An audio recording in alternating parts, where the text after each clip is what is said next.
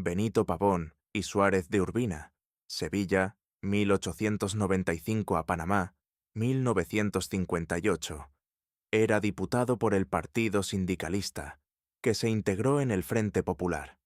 El presidente especifica su nombre porque también era diputado su hermano Jesús Pavón, solo que éste lo era por la ceda, y era uno de los firmantes de la proposición que Benito va a condenar a continuación. Señores diputados, no pensaba hacer uso de la palabra, pero ante las afirmaciones hechas por el señor Calvo Sotelo en su intervención, me he creído en el deber de solicitarla.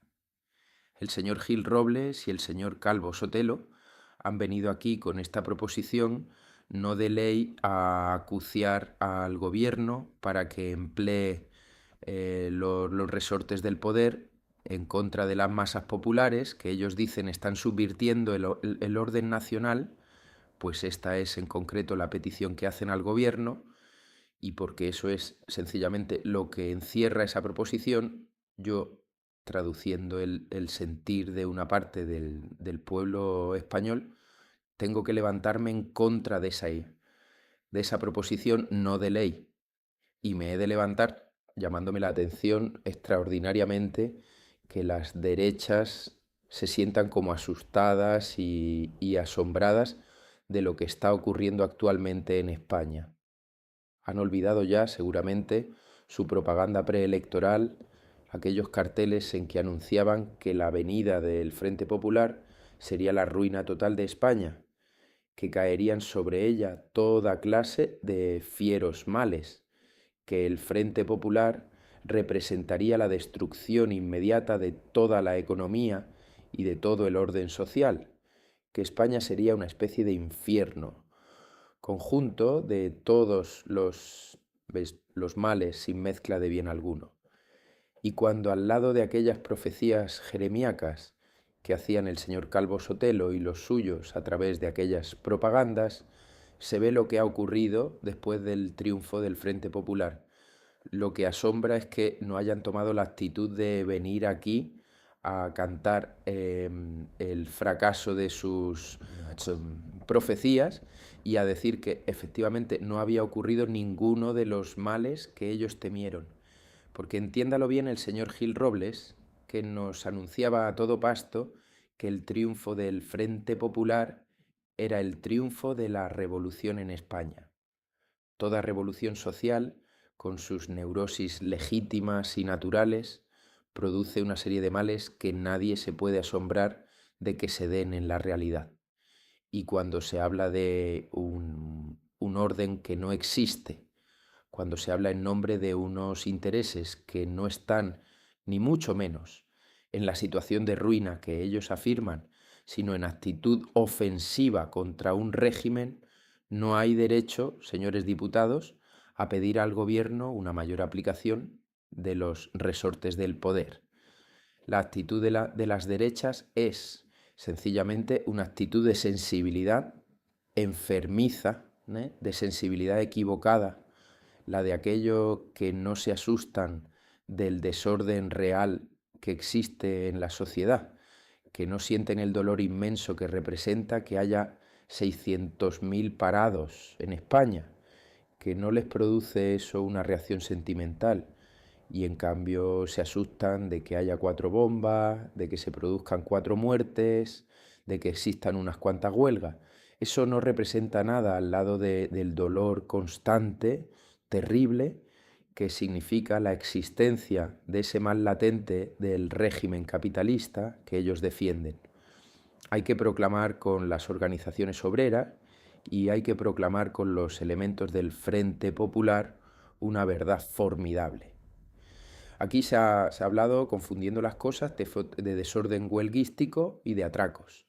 Y he de decir que condenados hoy, en plan teórico, por todas las organizaciones obreras, los atracos. Sin embargo, esos 600.000 obreros en paro forzoso tienen razón en todas sus rebeldías contra la sociedad y contra el Estado organizado. Un hombre a quien se le niega el trabajo y los medios de vida, para mí, tiene toda la razón rebelándose contra el Estado y contra esta sociedad injusta que no le proporciona medios de subsistencia. Y para mí, aunque sea un atracador, es mucho más respetable ese hombre que se defiende bravamente contra esta sociedad y contra el Estado, que todos los demás que quieren, por medio de las bayonetas y de la fuerza y la reacción formidable de los tribunales, apagar esta rebeldía de esos 600.000 parados españoles. Por ello, porque reconozco que, no por la razón, sino por la fuerza, se quiere ir contra esos hombres y resolver estos problemas, tengo que votar en contra de la proposición, no de ley, presentada por el señor Calvo Sotelo y los suyos. El señor Ventosa tiene la palabra. Juan Ventosa y Calvel, Barcelona, 1879, a Lausana, Suiza, 1959, era diputado por la Lliga Catalana, un partido regionalista conservador, integrado en el Front Català d'Ordre. Ignoro si va a votarse la proposición presentada por el señor Gil Robles o si habrá de ser retirada. En todo caso, me interesa formular respecto de ella, y habré de hacerlo brevemente dentro de los límites que fija el reglamento, el pensamiento y la posición de esta minoría. Pido la palabra.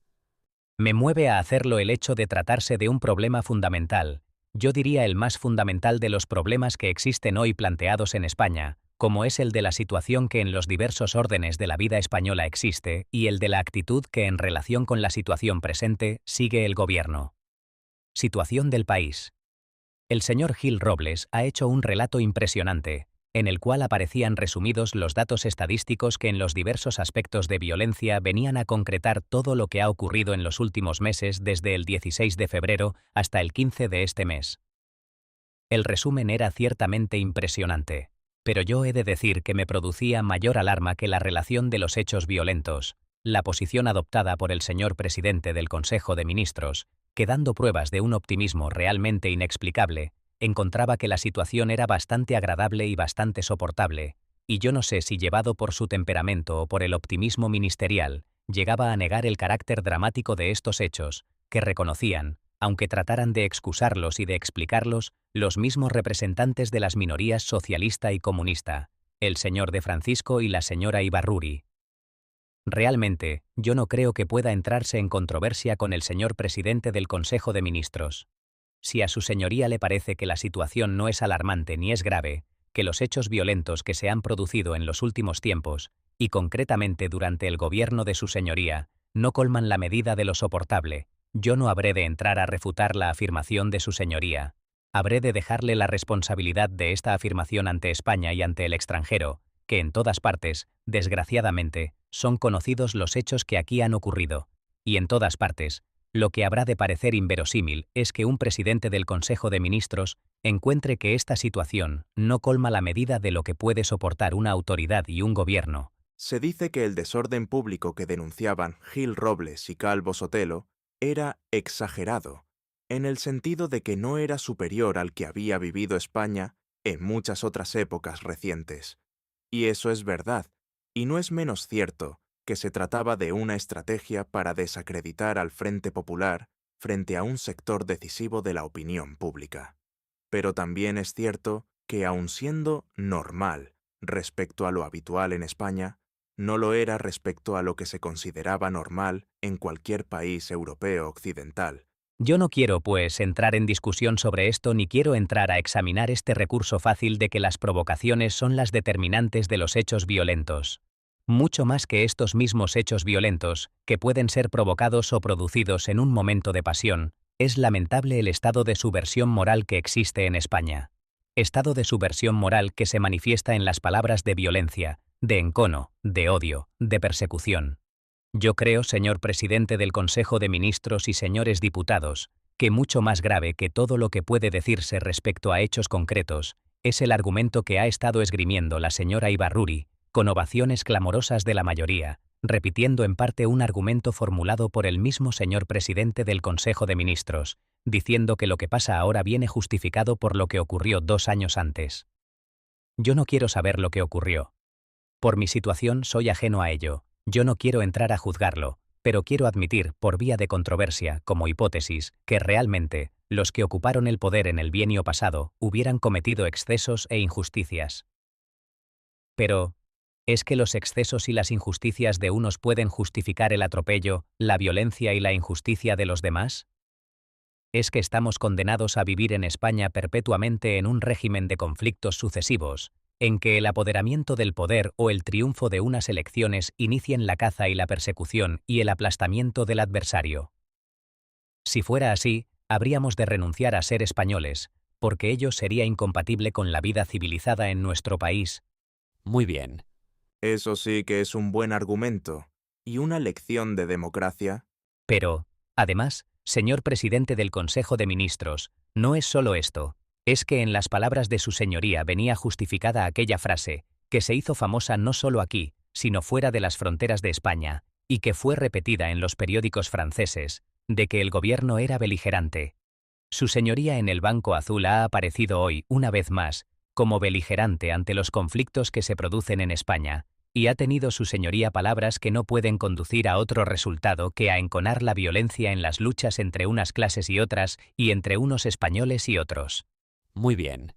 Yo, por ello, estimo todavía mucho más grave que las subversiones violentas en la calle la subversión en los espíritus, que ha tenido hoy su representación en el Banco Azul, en la boca del señor presidente del Consejo de Ministros.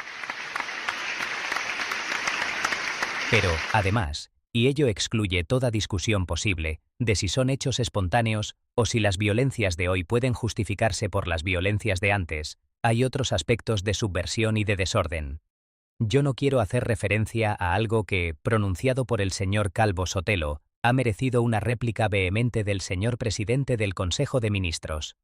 Pero me voy a referir a otro aspecto de la vida política española, que es la administración de justicia, respecto de la cual hace pocos días se han discutido aquí proyectos que forman parte de un plan enunciado en los periódicos del Frente Popular, diciendo que tienden a republicanizar la justicia, pero que en rigor van encaminadas a destruir la independencia del Poder Judicial. Muy bien. Sin la cual no podría existir ni la vida de un Estado democrático, ni aun las propias libertades individuales consignadas en la Constitución pueden tener ni una garantía, ni una defensa, porque toda la defensa que la Constitución les atribuye consiste en la independencia y en la autoridad del Poder Judicial, subversión del Poder Judicial que realizáis vosotros, destruyendo lo que constituye la base y el fundamento de un Estado democrático, libre y civilizado. Llamáis republicanizar la justicia a someter la justicia a vuestro pensamiento, olvidando que por muchas que puedan ser las desviaciones que pueda tener la justicia, los errores que puedan cometer los magistrados y los tribunales, indudablemente serán muchos más los errores, las violencias y las arbitrariedades que habrá de cometer el poder público si desaparece la independencia del Poder Judicial. Otra lección de democracia. Subversión en el orden económico, manifestada en la profusión de huelgas, respecto de las cuales yo no he de discutir ni las reclamaciones que se formulan ni el fundamento que puedan tener. Lo que sí digo es que son huelgas que se plantean sin tener para nada en cuenta las condiciones de la producción española ni el rendimiento del trabajo, y causando por consiguiente grave daño e inminente ruina a la economía, estableciendo como dogma la lucha de clases, no para participar en los beneficios de una economía próspera, impulsada por el Estado, sino para disputarse famélicamente los restos de una economía destruida por la violencia, envenenada por el mismo poder público, con agravio de la ley y con desconocimiento del derecho. Muy bien. Esto ya es un argumento sesgado de las derechas, y por tanto, cuestionable. Esta es la situación: subversión en el orden público, subversión en el orden moral, desorden jurídico, desorden económico, que llega a culminar en el hecho de que la anarquía española tiene una representación plástica y viviente en algo que viene a constituir como la realización práctica de una de las conclusiones del Congreso celebrado por la Confederación Nacional del Trabajo en Zaragoza, en la cual proclamaba como fundamento de la organización social la Comuna Libertaria. En algunas regiones españolas está ya establecida la Comuna Libertaria, y en ella el alcalde ejerce una autoridad o para decir que no se paguen los alquileres, o para establecer o imponer los asentados, o para intervenir en todas las condiciones de la vida agraria, destrozando la economía española. Esta es la situación, y este es el desorden. Yo creo que, realmente, la proposición es justa cuando dice: esta situación no puede seguir, no puede subsistir. Ahora, Yo he de declarar sinceramente que no creo que el debate pueda conducir a nada porque, en realidad, de verdad, el problema no es parlamentario. No es un problema que pueda resolverse ni con combinaciones políticas ni con asistencias parlamentarias.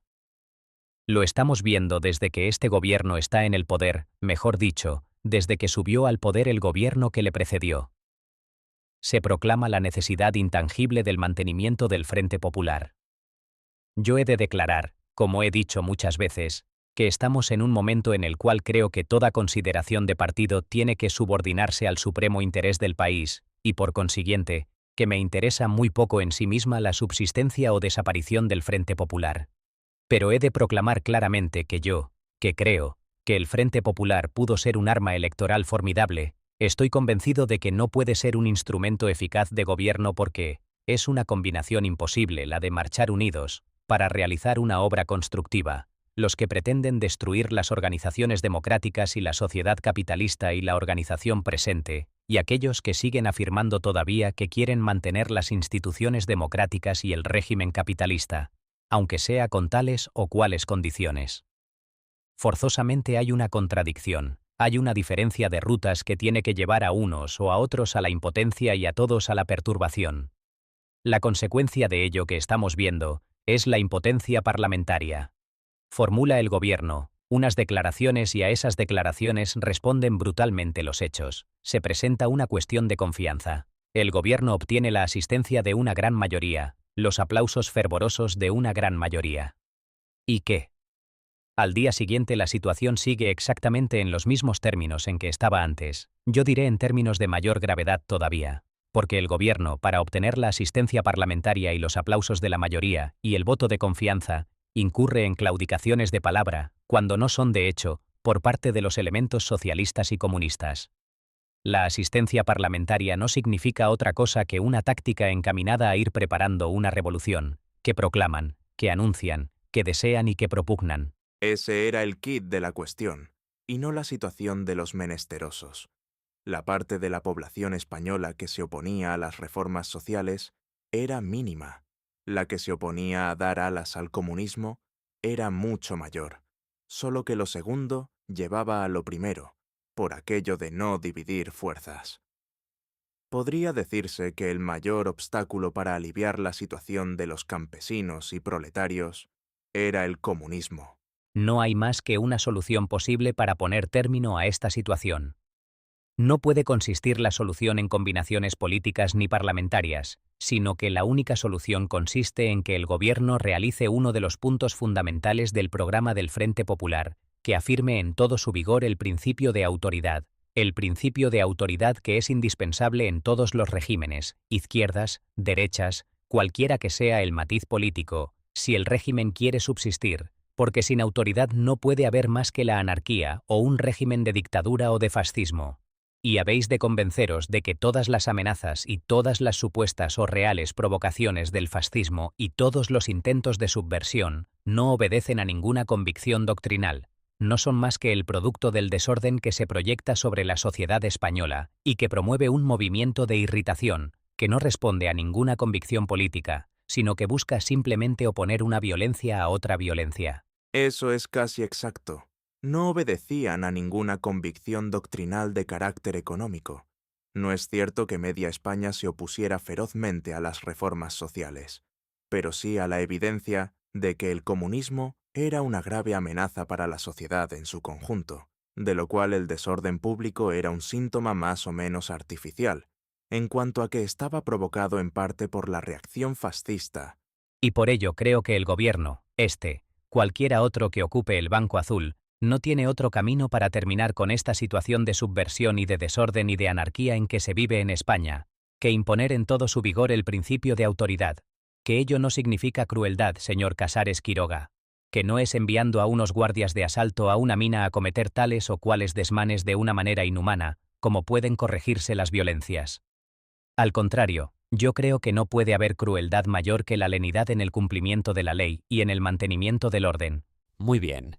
Porque de esa lenidad precisamente han derivado esos centenares de muertos, de heridos, de asaltos y de incendios que han venido acompañando, para vergüenza vuestra en la historia, vuestra actuación en el gobierno. muy bien, Y nada más.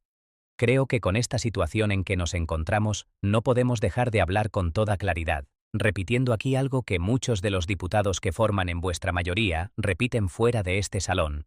Algo que tienen que reconocer los mismos diputados de la mayoría cuando van a sus respectivas circunscripciones y se enfrentan con la realidad viva y sangrante del desorden y de la anarquía que imperan en España. Evidente. Nosotros tenemos que proclamarlo, y tenemos que decirlo. Mantened el Frente Popular o rompedlo. Haced lo que os plazca.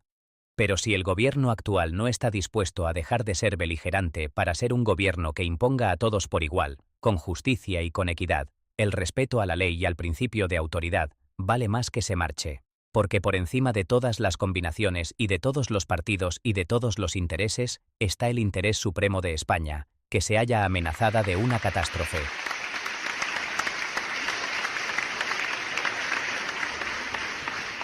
El señor Maurín tiene la palabra. Luis Fernández Clérigo, Madrid, 1883 a México, Distrito Federal, 1948, era diputado por Izquierda Republicana, integrada en el Frente Popular, Joaquín Maurín Juliá, Bonanza, Huesca, 1896 a Nueva York, 1973, era diputado por el Partido Obrero de Unificación Marxista, POUM, de tendencia trotskista, integrado en el Frente Popular.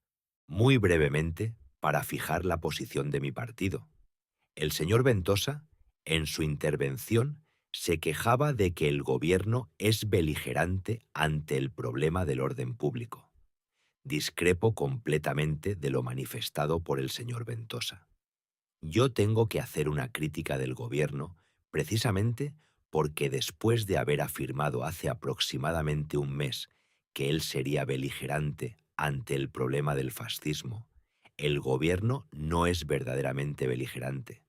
El hecho de que en esta Cámara puedan pronunciarse discursos de tipo fascista, como el pronunciado por el señor Calvo Sotelo hace unas semanas y esta misma tarde, demuestra que el gobierno da, incluso en el propio Parlamento, toda clase de facilidades, al menos de manifestaciones, a las hordas fascistas, a esas hordas a que antes, en sentido negativo, se refería el señor Calvo Sotelo.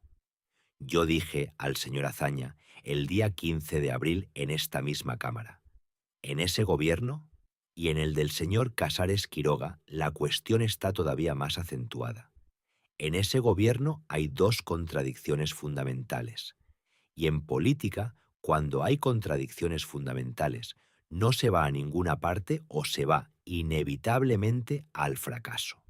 La contradicción fundamental que se manifestaba en el gobierno del señor Azaña y que repite ahora el del señor Casares Quiroga es que en 1936, cuando existe en el país una situación mucho más revolucionaria que en 1931 al 33, el gobierno es menos de izquierda, menos avanzado, menos revolucionario que el de entonces. La presencia de 3 ministros socialistas en el gobierno presidido a la sazón por el señor Azaña tuvo en aquella época la garantía de un sentido social progresivo que en manera alguna puede tener, aunque posean sus hombres la mejor voluntad del mundo, el gobierno actual formado exclusivamente por republicanos. Y otra de las contradicciones que indicaba al señor Azaña, y que señaló ahora al señor Casares Quiroga, es que siendo el triunfo del Frente Popular en 16 de febrero el del movimiento de octubre, pues sin octubre no existiría el triunfo del 16 de febrero, los hombres que representan octubre, los hombres que simbolizan aquella gesta, no se encuentran representados de una manera directa en el gobierno del Frente Popular que actualmente preside los destinos de España. Y bien, señores diputados, estas contradicciones no conducen, como he dicho, a ninguna parte o conducen irremediablemente al fracaso. Hace un mes, aproximadamente, que este gobierno se constituyó. encontrándose ahora ante una ofensiva brutal por parte de la derecha indiscutiblemente, con una situación caótica en todo el país. ¿Por qué esta situación del gobierno? Es que voy a suponer ahora en el gobierno del señor Casares Quiroga una falta de buena voluntad para cumplir los compromisos del Frente Popular. Yo no haré esta afirmación, pero el hecho evidente es que el gobierno, que lleva de hecho 4 meses de vida, hoy, hace 4 meses que triunfaba el Frente Popular en las elecciones. Este gobierno, durante un tercio de año, durante una sexta parte, aproximadamente de lo que es la vida normal de unas Cortes ordinarias, no ha hecho, no ya la sexta parte, ni la décima, ni la centésima parte de lo que contiene el programa del Frente Popular. En el Pacto del Frente Popular, firmado por los partidos republicanos de izquierda y firmado también por el partido que yo represento, se hablaba, en primer término, como cuestión capital, de una amnistía. Esta amnistía no ha sido concedida por el Parlamento. Esas masas, no las hordas, que trataba de denostar el representante del fascismo en esta Cámara, señor Calvo Sotelo, sino esas masas que tienen una gran vibración política, las masas que hicieron el movimiento de octubre, las masas que dieron el triunfo del 16 de febrero al Frente Popular. Estas masas, porque recelaban tal vez de las posibilidades del Parlamento, arrancaban la amnistía antes de que el Parlamento se la diera. Y el Parlamento no ha concedido todavía la amnistía prometida en el Pacto del Frente Popular. Hay más. En el Pacto del Frente Popular se habla de los represaliados. El gobierno ha obligado a que los represaliados sean admitidos por parte de las empresas de que fueron despedidos. Pero hay represaliados del Estado. Hay hombres que tomaron parte activa en el movimiento de octubre. Personalidades cuyos nombres, si hubieran sido fusilados como querían los representantes de la derecha, hoy seguramente estarían inscritos en mármol al lado de los de Galán y García Hernández. Me refiero a los militares sublevados, al comandante Farrás, a Bosch, a Luengo, a Condé, a Escofet. Y estos hombres, representantes de octubre, estos hombres, funcionarios del Estado, represaliados, todavía no han sido readmitidos. Se falta, por tanto, al Pacto del Frente Popular, se falta en la acción del gobierno a las promesas del Pacto del Frente Popular. Hay más todavía, señores diputados, esta suspensión permanente de las garantías constitucionales. Yo no sé, hombres representantes de los partidos de izquierda, socialistas, camaradas del movimiento obrero, si os dais cuenta de la gravedad que entraña por parte de un gobierno del Frente Popular la suspensión permanente de las garantías constitucionales. Con la suspensión de garantías constitucionales gobiernan las derechas, pero la clase popular progresiva, un movimiento que tiene la garantía de contar con el asentimiento casi unánime de las grandes capas populares, no necesita la suspensión permanente de garantías constitucionales. Es a través de la Constitución, es a través de la democracia, es a través de la libertad, como nosotros podemos combatir el movimiento contrarrevolucionario.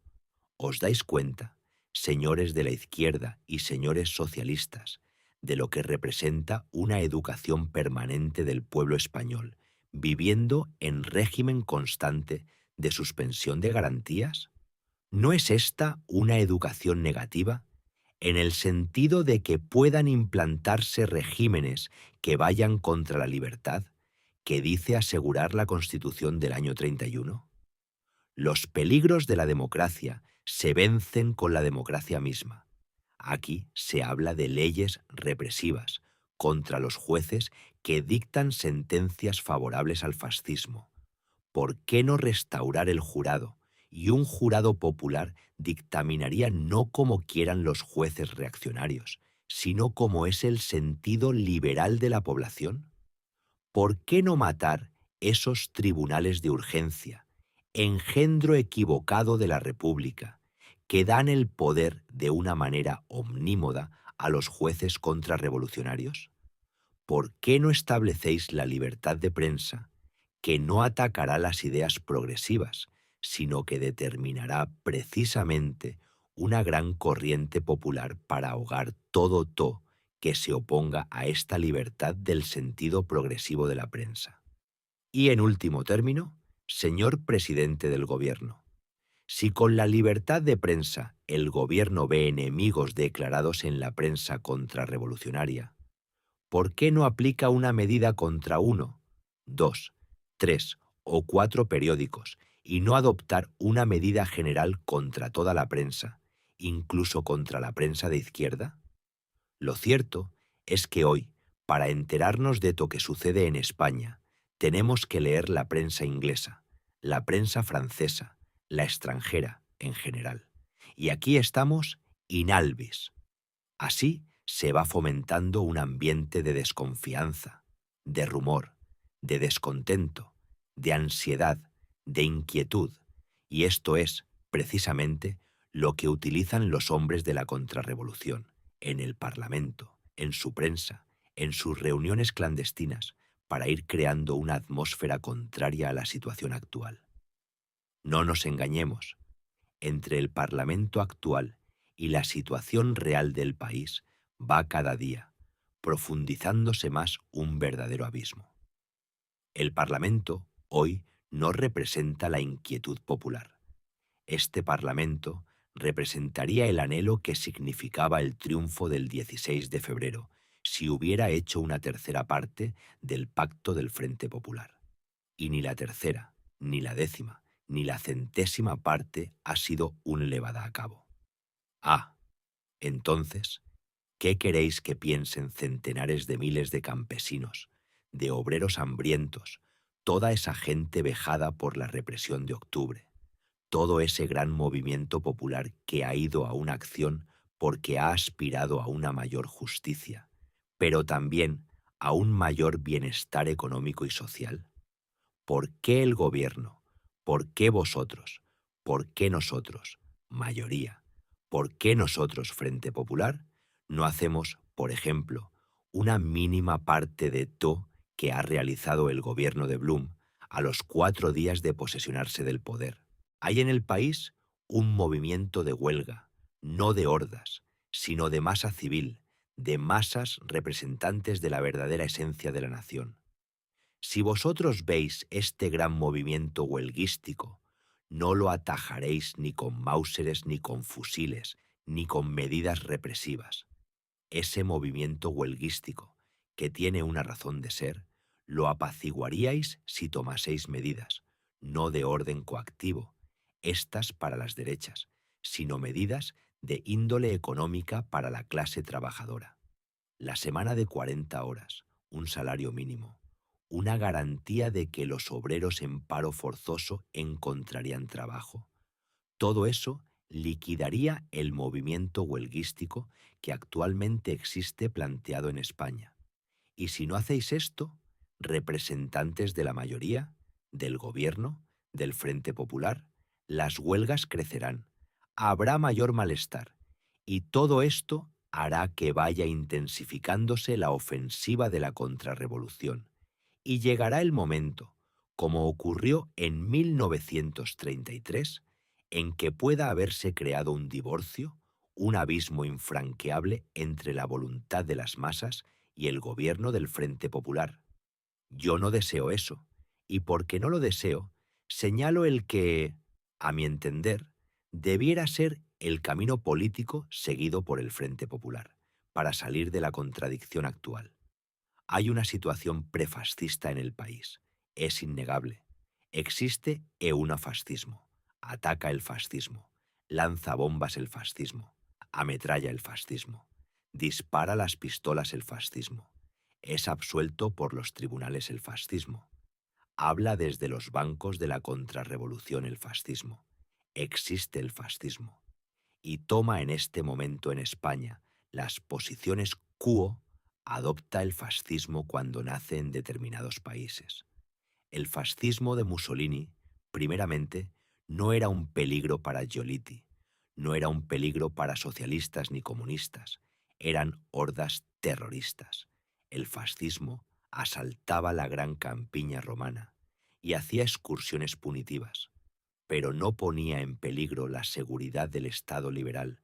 Giovanni Giolitti, 1842 a 1928, fue un político cuya actividad como ministro y parlamentario tuvo gran influencia sobre el desarrollo de Italia durante casi 4 décadas, abarcando desde 1880 hasta los inicios del fascismo.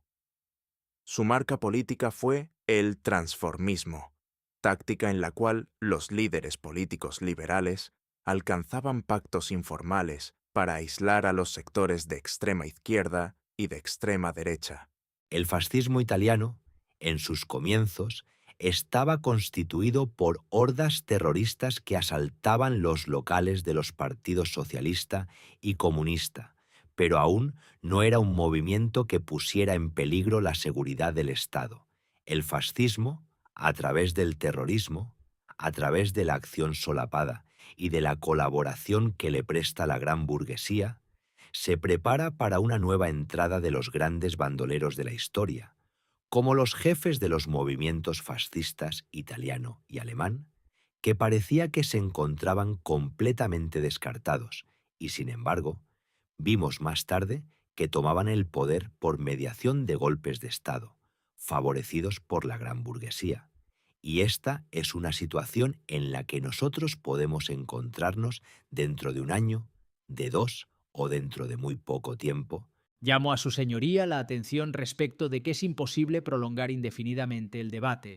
Voy a terminar, señor presidente. Para destruir el fascismo no bastan medidas coercitivas, sino que hay que aplicar medidas políticas. Y una medida política, principalmente, señores del Frente Popular, es que el gobierno responda a la constitución de este frente, que no haya contradicción en la constitución del gobierno. Un gobierno que respondiera actualmente a los deseos de las masas populares y, por tanto, a la realidad, debería estar integrado no solamente por los partidos republicanos, sino por los partidos obreros, por los representantes del Frente Popular que crean en la política de este Frente Popular. Ese gobierno, así formado, debería nacionalizar las tierras, los ferrocarriles, la gran industria, las minas, la banca y adoptar medidas progresivas como las que ha adoptado en Francia Blum. Ese gobierno podría acabar con la amenaza fascista. De otro modo, dentro de 2 meses veremos cómo la contrarrevolución es más intensa. Y tal vez entonces sea ya tarde para contener los desmanes del fascismo, más peligroso de lo que tal vez nosotros nos figuramos desde estos escaños. El fascismo es hoy un peligro real en España, y hay que acabar con él con medidas represivas y con medidas políticas, como las que acabo de señalar. Por una parte, el Partido Socialista no estaba en el gobierno porque él mismo se había opuesto a ello. Largo Caballero no había consentido que Indalecio Prieto aceptara la propuesta de Azaña de ocupar la presidencia del Consejo de Ministros. Por otra parte, Maurín insta a que el Frente Popular aplique el programa comunista, que no era el programa con el que el Frente Popular había ganado las elecciones. El señor Cid tiene la palabra. José María Cid Ruiz Zorrilla, Zamora, 1882 a Madrid, 1956. Era diputado por el Partido Agrario Español, integrada en el Frente Nacional. Señores diputados, la trayectoria que esta minoría ha seguido en lo que se relaciona con el problema del orden público, materia principal de este debate, ha sido desde el primer momento clara y rectilínea, y no ha de extrañar, por tanto, nuestra posición en el día de hoy, posición que nos interesa quede bien puntualizada, haya o no votación en derredor de la proposición presentada por el señor Gil Robles y suscrita por elementos de esta minoría. A uno, suscribir nosotros esta proposición no hacemos otra cosa que pedir al gobierno el cumplimiento de aquellas promesas que reiteradamente se han hecho y que en el día de hoy siguen todavía incumplidas. No han faltado en realidad buenas palabras, tanto en este gobierno como en el que le precedió, en lo que afecta al problema del orden público. El hoy jefe del Estado, clara y terminantemente manifestó que habría de poner término a la caza de unos ciudadanos españoles por otros, y el actual señor presidente del Consejo de Ministros, al presentarse ante la Cámara, hubo de manifestar que su programa era en todo momento el mismo que había propugnado E1 señor Azaña desde la cabecera del Banco Azul. Nosotros pensábamos, por tanto, que el señor Casares Quiroga hacía suyas aquellas promesas del anterior jefe del gobierno de que pondría término a esa caza de unos españoles por otros. Y cuando negábamos el voto de confianza que al gobierno se pretendía conceder, decíamos, sin embargo, que dábamos un margen de confianza al gobierno, pensando que se cumplirían las promesas hechas, teniendo en cuenta que había llegado ya el momento en que, a pesar de ser promesas, las que se hacían, respondiesen los hechos a las palabras pronunciadas desde el Banco Azul. ¿Es que después de aquel día han tenido realidad aquellas promesas? ¿Es que podemos sentirnos satisfechos y estimar que el gobierno ha cumplido los ofrecimientos hechos a la Cámara en relación con el mantenimiento del orden público? Los hechos demuestran que ha ocurrido todo lo contrario. Por eso hemos sido los primeros en prestarnos a suscribir la proposición que encierra en sí, en lo que con nosotros se relaciona, preguntar una vez más al gobierno cuándo se van a cumplir esas promesas y cuándo se va a poner término a la situación, porque viene atravesando España. Un hecho triste es que, después de aquel día, ha continuado en progresión creciente la situación anómala y verdaderamente intolerable que España viene sufriendo. Es lo cierto que a partir de aquel día, aún en los rincones más tranquilos de España, ha caído la gente asesinada y se viene presenciando el espectáculo de que en muchas ciudades españolas se desencadene un rosario macabro de muertes entre unos y otros, y que el entierro del que fue muerto el día anterior sirva de ocasión para producir un nuevo asesinato, cosa que vienen tolerando los ciudadanos españoles, porque se da el triste caso de que los agresores se imponen, unas veces por abandono del poder público y otras por cobardía ciudadana. Y no es esto solo, sino que esa lucha va revistiendo cada día caracteres de mayor ferocidad. Ya no se limitan los hechos al atentado que surge en la calle o a la pugna entre un bando y otro, sino que vemos casos, como el de Málaga, donde se da un encadenamiento macabro de asesinatos, llegando la ferocidad hasta el punto de que se va fríamente a la casa en que habita el jefe de uno de los bandos, y al encontrarle con una niña en brazos, se separa a la niña y se le mata a él. Este es un hecho que yo he leído en la prensa de Málaga, porque no tengo otra fuente de información que la prensa. Esa lucha y esa caza entre ciudadanos españoles ya no es entre derechas e izquierdas. Es un espectáculo de Kabila, como el que se ha dado en Málaga, entre elementos de izquierda que causan víctimas inocentes en una pugna salvaje. Yo soy el primero en respetar las luchas en que se trata de reivindicaciones sociales, pero ya no se busca en la huelga la solución de un conflicto con bases normales, sino que todo se resuelve por medio de la pistola para forzar la solución de una huelga en una dirección determinada, y no se vacila en imponer el terror a todo el vecindario para conseguir lo que desean. Todo eso supone una verdadera cobardía en los ciudadanos que lo toleran. Esas violencias y esa barbarie que se han enseñoreado de España están produciendo situaciones como la de Málaga, donde si no se ha dado el espectáculo del año 31, de abandono del ganado o de partirle las patas, ha ocurrido algo parecido.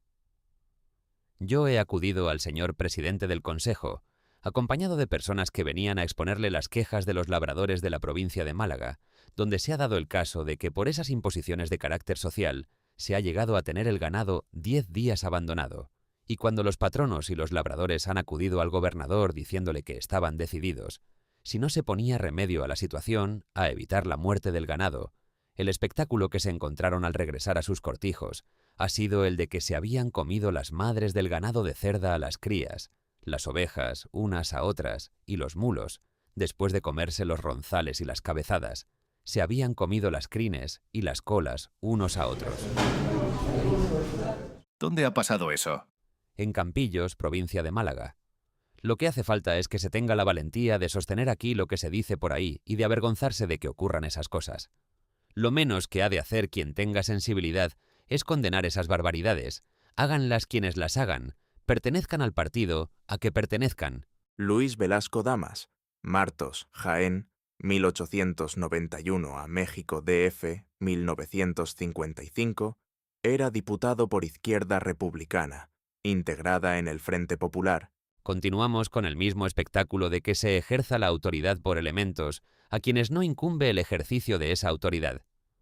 El abuso ha llegado a tal extremo que el propio Consejo de Ministros ha tenido que publicar una nota diciendo que evitará que continúen arrogándose autoridad personas, milicias u organizaciones que no la tienen, no obstante lo cual, el hecho sigue ocurriendo. La misma fuerza pública, que debe ser garantía y amparo de los ciudadanos, no arma en favor de unos y en contra de otros, no actúa como debe, y se da el caso vergonzoso de que se asesine a quien va entre guardias civiles, rematándosele con verdadera brutalidad, sin que la fuerza actúe. La fuerza pública está ejerciendo funciones, más que de protección, de miembro de la Cruz Roja, pues se limita a recoger los muertos y heridos para enterrarlos o llevarlos a los hospitales. A tal extremo se ha llegado a consecuencia del abandono del principio de autoridad, que si se siguiera esa piadosa costumbre existente en muchos pueblos castellanos, de poner una cruz donde muere una persona violentamente, sería un espectáculo macabro el que presenciaríamos al recorrer las poblaciones. Y Asturias. Ya hablaremos de eso cuando llegue el momento. Yo no tengo que arrepentirme de nada. Daré todas las explicaciones que se me pidan acerca de mi conducta. Respondo siempre de mis actos. Son muchos los gobernadores civiles que no obedecen al ministro de la Gobernación, los alcaldes que no acatan a los gobernadores, los presidentes de las casas del pueblo, que se ríen de los alcaldes, y los asociados que incumplen las órdenes de los presidentes de las casas del pueblo y demás organizaciones. Existe una perfecta anarquía, de arriba abajo. A pesar de esto, el señor presidente del Consejo sostiene que la situación no es desagradable. Yo estimo que sí lo es mucho, y por eso, al asociarnos a esa proposición, volvemos a pedir al señor Casares que dejen de ser sus palabras nada más que palabras, que los hechos correspondan a sus afirmaciones, porque llevamos 4 meses oyendo desde el Banco Azul promesas de que se va a mantener el principio de autoridad, y no vemos que tengan realidad. Hay que evitar que se sigan cazando los españoles unos a otros. Contra eso vamos. Voy a conceder la palabra para rectificar, primero al señor Gil Robles y luego al señor Calvo Sotelo. Y aunque hay otros señores diputados que han pedido la palabra, como ha sido presentada hace rato a la mesa una proposición incidental, primeramente se dará lectura a dicha proposición.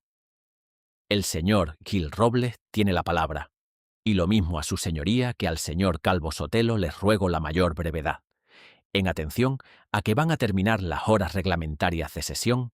En atención a ese ruego de la presidencia, voy a ser, señores diputados, extraordinariamente breve en mi rectificación. No voy a descender a detalles del discurso del señor presidente del Consejo de Ministros para rectificarlos uno a uno, porque mucho más que ello me interesa, en términos generales, el tono en que el señor Casares Quiroga se ha producido. Quizá por ello mis palabras de rectificación habrán de limitarse a recoger las muy elocuentes que pronunció el señor Ventosa al poner de relieve cómo tal vez las frases más demagógicas que hoy aquí se han escuchado han sido las del discurso del señor Casares Quiroga. Su señoría concluía su discurso con una invocación a los hechos futuros.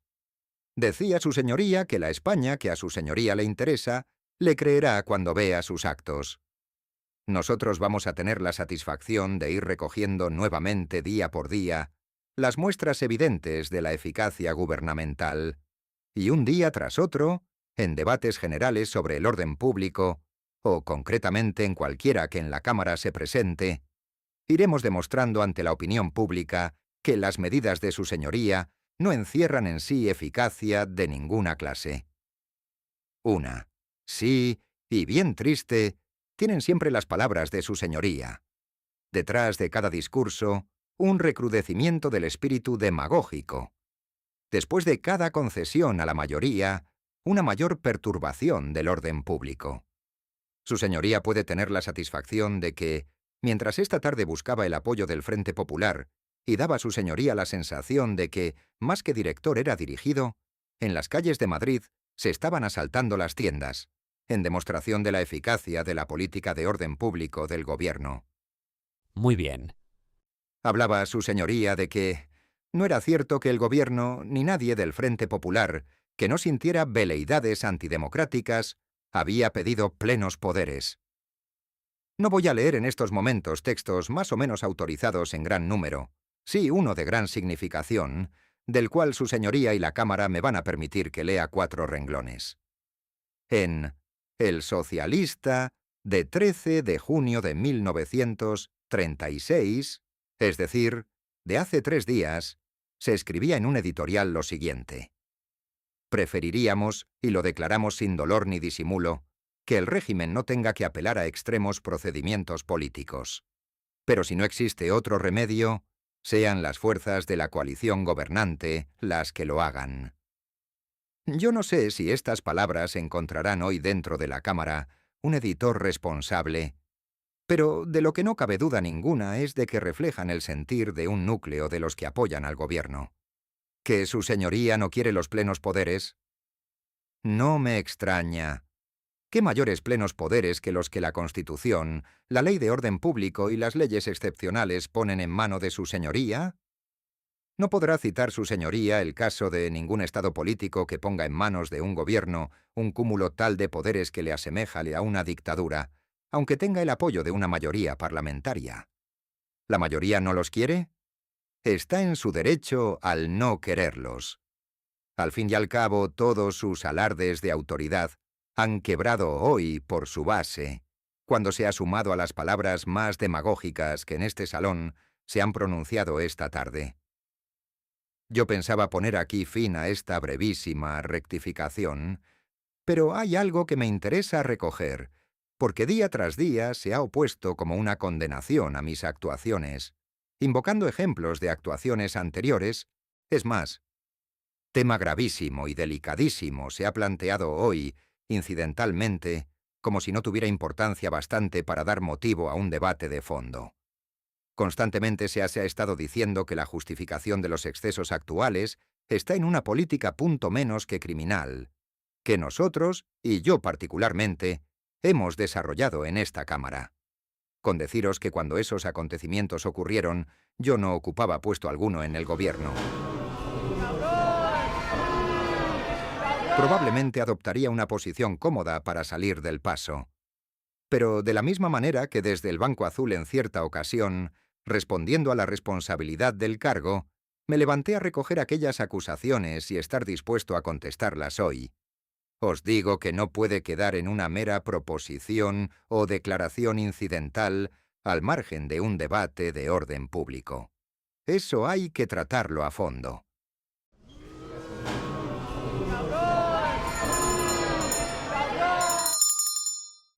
Hoy se han pronunciado aquí palabras, señor presidente del Consejo de Ministros y ministro de la Guerra, que, al no discriminar responsabilidad individual, tienen todo el valor de una condenación de instituciones fundamentales del Estado. Eso es una habilidad. Eso a los gobernantes. Yo, que sé cuáles son las responsabilidades de gobierno y las que me corresponden como jefe de una minoría de oposición, he estado esperando todo este tiempo a que se levantara la voz del señor presidente del Consejo, porque donde está el presidente del Consejo y el ministro de la Guerra, no tiene derecho diputado ninguno a adoptar la defensa de las instituciones armadas. Pero como no lo ha hecho su señoría, yo le digo que esas palabras no pueden quedar como una condenación de los institutos armados. Todas las responsabilidades hay que ponerlas en claro, como hay que poner en claro todas las actuaciones, todas, absolutamente todas, las que tuvieron los gobernantes y las que tuvieron los partidos que los apoyaron, los que estuvieron en los momentos de la represión de Asturias y los que estuvieron después, los que ordenaron la incoación de los procedimientos que está siguiendo este gobierno, y los que desde el primer momento se preocuparon de poner esto sobre todo orden de consideraciones. Eso es lo que hay que estudiar y traer aquí para que caiga la responsabilidad sobre quien caiga, pero nunca sobre una colectividad que estamos obligados todos a defender.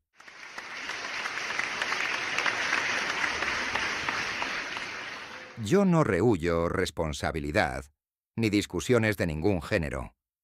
Por eso, ahora no quiero acudir a fáciles triunfos de mitin, a oponer crueldades frente a supuestas crueldades, y hechos frente a hechos.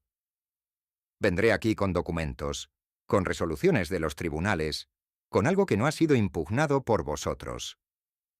Y ese día, repito, que caiga la responsabilidad sobre quien caiga, pero no es lícito, cualquiera que sea una posición revolucionaria, venir a lanzar discursos de mitin que pueden implicar una condenación de los principios mismos de la sociedad española.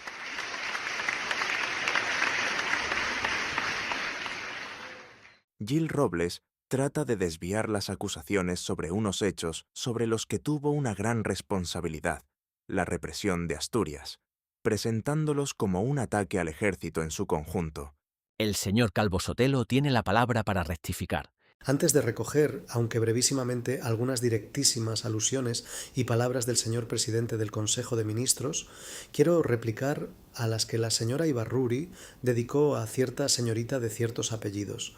Estos no han sonado en el hemiciclo, pero era tan clara y transparente la alusión que todos hemos entendido perfectamente que la señora Ibarruri se dirigía a... Señor Calvo Sotelo, no ponga su señoría nombres donde no se han puesto antes. Pero, señor presidente... Haga su señoría las alusiones en la misma forma en que las ha escuchado, pero no ponga nombres donde no se han pronunciado. Tan clara y tan transparente es la alusión que efectivamente no es preciso poner nombres y apellidos, porque todos los hemos percibido con claridad. En aras de un deber de caballerosidad, he de decir que esa señorita no acaudilla ninguna de las organizaciones de tipo delincuente. El famoso coche con los impactos, desde el que se asesinó a Juanita Rico, ¿es un testigo de mayor excepción? Y en segundo lugar, me permito indicar que los apellidos del padre de esta señorita no pueden suscitar el menor rescoldo de odio ni de pasión en ningún buen español, porque fue él quien pacificó Marruecos. Vamos. ¿Cómo que vamos? Es que cabe desconocer que muchos de los que se sientan ahí y allí, señalando varios escaños de la mayoría, ¿colaboraron con el general Primo de Rivera? Entre varios señores diputados se cruzan palabras que no se perciben claramente. Orden, orden. Varios diputados, presentes en aquella sesión, aseguran que en ese instante desde la bancada de las derechas a Dolores Ibarruri la gritaron «¡Asesina!» y la amenazaron «Lo vas a pagar muy caro». Rectificado esto, he de recoger algunas alusiones del mismo señor diputado, diciendo que yo no he defendido, antes al contrario, he impugnado los salarios irrisorios de 1,50 pesetas. He impugnado estos y otros que, aun siendo bastante superiores, resultan siempre inferiores al minimum vital de dignidad y de justicia reclamable. Voy a contestar ahora, rapidísimamente, unas palabras y conceptos concretos del señor Casares Quiroga. Su señoría ha querido darme una lección de prudencia política y yo, que soy modesto, jamás desdeño las lecciones que se me puedan dar por compatriotas míos, en quienes reconozco, por regla general y a priori, una superioridad, y cuando no se la reconozca por sus dotes personales, me basta con que desempeñen una función pública para que yo, disciplinado siempre, estime a priori, repito, que tienen derecho a fulminarme un anatema, a señalarme un camino o a imponerme una rectificación. Ahora bien, señor Casares Quiroga, para que su señoría dé lecciones de prudencia es preciso que comience por practicarla, y el discurso de su señoría de hoy es la máxima imprudencia que en mucho tiempo haya podido fulminarse desde el Banco Azul. Imprudente yo porque haya tocado el problema militar y hablado concretamente del desorden militar. Y esto lo dice un orador, un político, que se vanagloria, lo ha declarado con reiterada solemnidad esta tarde, de demócrata y parlamentario. Se ha dicho del Parlamento, con referencia al inglés, que es tan soberano que todo lo puede hacer, menos cambiar un hombre en una mujer. Y si un Parlamento lo puede hacer todo, no va a poder servir para hablar de todo, siempre que la intención que guíe al orador sea, y en este caso la mía, lo era plenamente. y no admito dudas o torcidas interpretaciones sobre este punto, patriótica y responda a una preocupación nobilísima de orden público y de interés nacional? Esta es la deducción que obtengo de las palabras de su señoría, señor Casares Quiroga, y por eso las comento y por eso las repudio. Yo he aludido al problema militar, al desorden militar en cumplimiento de un deber objetivo político y de un deber temperamental. Yo no me presto a faramallas, no me sumo a convencionalismos. Yo, que discrepo, honradamente lo digo, del sistema parlamentario democrático, como tengo una representación con que mis electores me han honrado en los 3 parlamentos de la República, vengo aquí en aras de esa representación a decir honradamente lo que pienso y lo que siento, y sería un insensato insincero y faltaría a los más elementales deberes de veracidad si en una especie de rapsodia panorámica sobre el problema del desorden público, como la que he hecho esta tarde, fuera a omitir lo que dicen, piensan y sienten millones de españoles acerca del desorden en todas sus magnitudes y en especial en cuanto concierne a las instituciones militares. Para mí el ejército, lo he dicho fuera de aquí, y en estas palabras no hay nada que signifique adulación.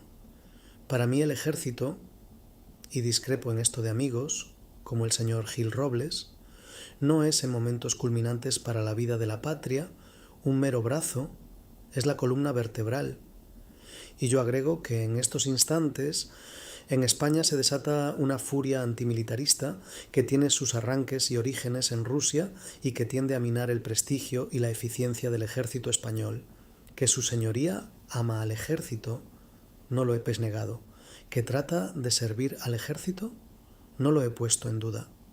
Lo que sí he advertido a su señoría es la necesidad absoluta de que se evite que el ejército pueda descomponerse, pueda disgregarse, pueda desmedularse a virtud de la acción envenenadora que en torno suyo se produce y a virtud también del abandono en que muchas veces se deja su prestigio corporativo frente a la acción cerril de masas que, como antes explicaba, no son mayoría, sino minoría.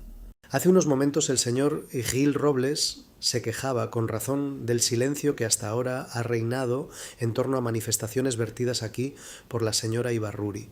En unión de otros muchos documentos, entre los cuales procuro andar siempre, que es buena compañía, tengo un recorte de un periódico ministerial, El Mundo Obrero, en el cual se comenta el episodio de Oviedo a que yo aludía en mi intervención de esta tarde, y en ese recorte la censura, que no hace 8 días, ha prohibido que a un militar se le llame heroico, y en cambio ha permitido que se pida su encarcelamiento en un periódico que se publicaba el mismo día en que tachaba el calificativo de heroico. En ese recorte la censura ha consentido íntegramente, sin tocar una tilde, sin tachar una coma, estos 2 párrafos. Han quedado en Asturias fuerzas del odio, fuerzas del crimen, fuerzas represivas que tienen el regusto de los crímenes impunes, esas mismas fuerzas que, al margen y en contra de las órdenes que reciben, aún promueven conflictos y cometen atentados y provocaciones indignantes. Si no se pone remedio a lo que es mal, que hay que cortar de raíz, no podrá el gobierno quejarse de la falta de asistencia de las masas. El problema de Asturias es especialísimo, debería comprenderlo el gobierno. Allí se ha asesinado por centenares a hombres indefensos, allí se ha torturado a la población, allí se ha robado, se ha incendiado. Ni uno solo de los individuos que componían las fuerzas represivas está libre de culpa. Entonces, ¿por qué han de seguir en Asturias los que en cada momento, y la prueba es bien reciente, provocan y disparan contra el pueblo cuando se divierte pacíficamente en una verbena?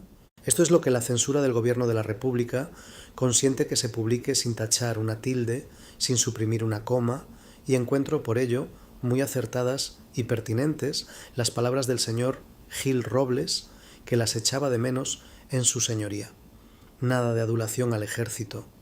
La defensa del ejército ante la embestida que se le hace y se le dirige en nombre de una civilización contraria a la nuestra y de otro ejército, el rojo, es en mí obligada. De eso hablaba el señor Largo Caballero en el mitin de Oviedo y por las calles de Oviedo a las 24 o a las 48 horas de la circular de su señoría, que prohíbe ciertos desfiles y ciertas exhibiciones, han paseado tranquilamente uniformados y militarizados. 5, 6, 8 o 10.000 jóvenes milicianos rojos, que al pasar ante los cuarteles no hacían el saludo fascista, que a su señoría le parece tan vitando, pero sí hacían el saludo comunista, con el puño en alto, y gritaban: «¡Viva el Ejército Rojo!». Palabras que no tenían el valor. No es cierto. Lo dice Claridad. No han desfilado por delante de ningún cuartel. Esos vivas al Ejército Rojo quieren ser quizá una añagaza para disimular ciertas perspectivas bien sombrías sobre lo que quedaría de las instituciones militares actuales en el supuesto de que triunfase vuestra doctrina comunista. Pero no caben despistes. De los jefes, oficiales y clases del ejército zarista, ¿cuántos militan y figuran en las filas del Ejército Rojo? Muchos murieron pasados a cuchillo, otros murieron de hambre, otros pasean su melancolía condiciendo taxis en París o cantando canciones del Volga. No ha quedado ninguno en el Ejército Rojo. Tras haber sintetizado hábilmente en un solo párrafo todos sus objetivos de victimizar al ejército y de advertir de la amenaza roja, no sin parte de razón, Calvo Sotelo pasa a sacar todo el partido posible de la réplica que le había dado Casares Quiroga. Yo tengo, señor Casares Quiroga, anchas espaldas. Su señoría es hombre fácil y pronto para el gesto de reto y para las palabras de amenaza. Le he oído 3 o 4 discursos en mi vida, los 3 o 4 desde ese banco azul, y en todos ha habido siempre la nota amenazadora. Bien, señor Casares Quiroga, me doy por notificado de la amenaza de su señoría. Me ha convertido su señoría en sujeto y por tanto no solo activo, sino pasivo de las responsabilidades que puedan nacer de no sé qué hechos. Bien, señor Casares Quiroga, lo repito, mis espaldas son anchas. Yo acepto con gusto y no desdeño ninguna de las responsabilidades que se puedan derivar de actos que yo realice, y las responsabilidades ajenas, si son para bien de mi patria y para gloria de España, las acepto también. Pues no faltaba más. Yo digo lo que Santo Domingo de Silos contestó a un rey castellano: «Señor, la vida podéis quitarme, pero más no podéis.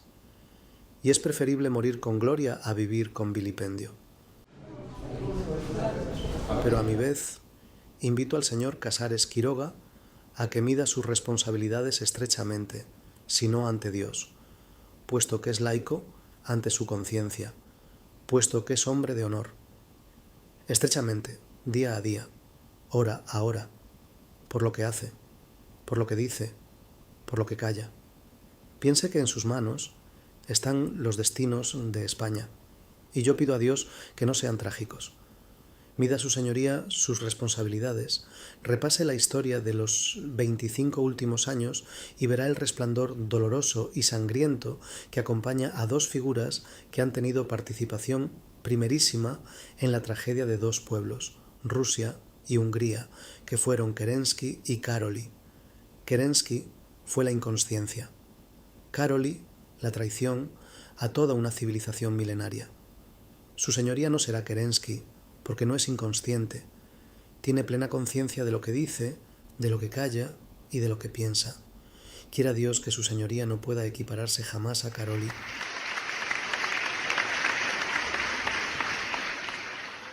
Alexander Kerensky trató de dirigir la revolución rusa que derrocó al zar Nicolás II para convertir a Rusia en una república democrática, pero fue derrotado por los bolcheviques que instauraron la dictadura comunista. Mihaly Károlyi permitió que los comunistas tomaran el poder en Hungría y formaran la República Soviética Húngara en 1919. Varios diputados, presentes en aquella sesión, aseguran que en este punto Dolores Ibarruri le lanzó a José Calvo Sotelo la siguiente amenaza: Este es tu último discurso. Tiene la palabra para rectificar el señor de Francisco. Me doy perfecta cuenta del cansancio de la Cámara y, por lo tanto, pienso ser brevísimo. Pero no puedo dejar de recoger algunas de las manifestaciones hechas por los señores Cid, Gil Robles y Calvo Sotelo, que no deben quedar sin rectificación. El señor Cid, como es costumbre, ha relatado aquí una serie de hechos que, por lo visto, conoce de referencia y que imputa a los trabajadores de varias localidades. Hemos dicho anteriormente que no justificamos ningún acto de violencia. Realícelo quien lo realice. Pero afirmamos que casi siempre hallamos perfecta explicación para esos mismos hechos, por dolorosos que nos parezcan. Hubiera sido muy interesante que el señor Cid, como otros señores, al hacer relatos de estos hechos, que merecen la condenación de todos, se hubiera preocupado, obedeciendo a los dictados de la sinceridad y hasta de la nobleza, de citar las causas a que en la totalidad o en la inmensa mayoría de los casos responden esos hechos. Y nos hubiéramos encontrado, yo estoy seguro de ello, con que todos responden a un estado de excitación, de irritación, que no son hechos realizados, como decía nuestra compañera Dolores Ibarruri, por el placer de realizarlos, por gusto de realizarlos, sino que, como todos los hechos, tienen una causa a la que responden. Y para mí no es otra que ese estado de desesperación a que les llevan en todos los casos los señores a quienes sus señorías representan aquí políticamente. Los dueños de las tierras, los dueños de las industrias, que les condenan al hambre, que les persiguen como a verdaderas fieras y que se conduelen más de que una oveja se coma a sus hijos que de que un padre hambriento se coma a los suyos. Ese es un hecho real. Si no hubiera otras causas de orden económico, de raíz económica, por la codicia de los patronos, de los terratenientes, que producen ese estado de desesperación de las clases obreras, tenga la seguridad su señoría de que esos hechos no habrían de producirse. Nosotros nos hemos pasado la vida luchando cerca del Estado, frente a los patronos, reclamando legislación de carácter social que dulcificara las luchas entre patronos y obreros. Vosotros, resistiéndoos a que se creara esa legislación. Y cuando se ha creado, conculcándola o volviéndola a destruir con vuestra nueva legislación. Las clases trabajadoras, educadas ya en esos procedimientos, queriendo extraer de ellos o percibir de ellos los beneficios que esperaban, se entregaban de lleno a esa acción. ¿Y cuál ha sido el gesto de los patronos codiciosos a quienes vosotros representáis? Cerrarles todas las puertas del derecho, absolutamente todas. Hacer que lleguen a este estado de desconfianza o de indiferencia hacia la legislación social. Y echáis sobre nuestras espaldas la tarea de volver a levantar el espíritu de estas gentes, haciéndolas confiar en que el régimen republicano democrático las restituya en sus derechos, en que puedan utilizarlos en forma y en que de ellos se deriven los beneficios que siempre de ellos habían esperado. Sois vosotros o vuestros representados los que lleváis a las gentes a este estado de desesperación. No debéis extrañaros de los frutos, si es esa la semilla que sembráis.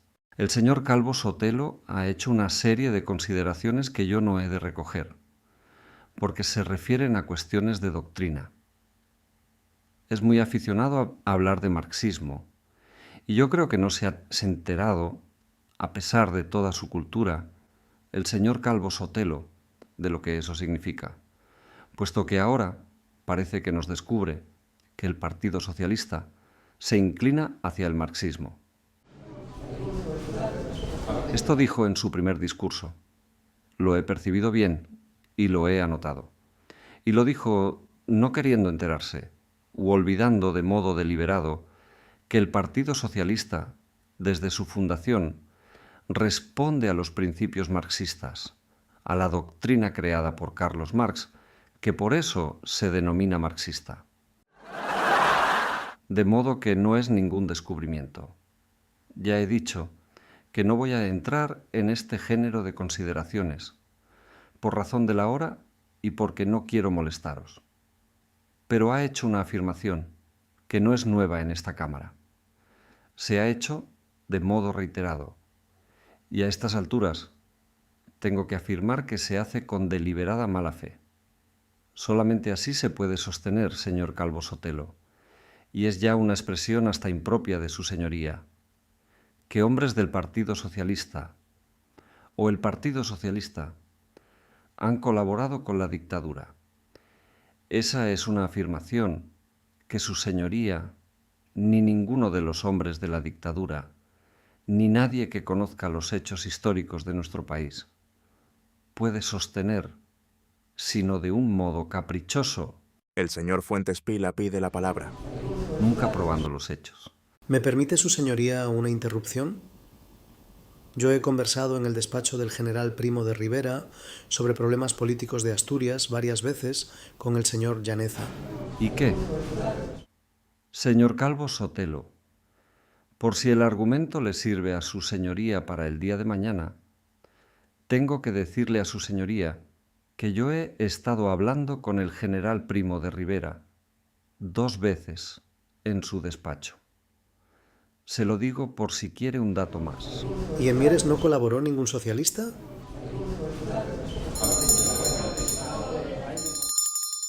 Yo he tomado champán debajo de un retrato de Pablo Iglesias en la mina San Vicente con esos señores. Señalando a la minoría socialista. Orden, orden. Manuel Llaneza Zapico, Veneros, Asturias, 1879, a Mieres, Asturias, 1931, fue un sindicalista de la UGT y político socialista, fundador del Sindicato de Obreros Mineros de Asturias, SOMA, y alcalde de Mieres, 1911 a 1919, Santiago Fuentes Pila Ochoa, Villasevil de Toranzo, Cantabria, 1893 a Madrid, 1969, era diputado por Renovación Española, integrada en el Bloque Nacional y, a su vez, formaba parte del Frente Nacional. Señor Fuentes Pila, que ya ha pedido su señoría la palabra. He dicho...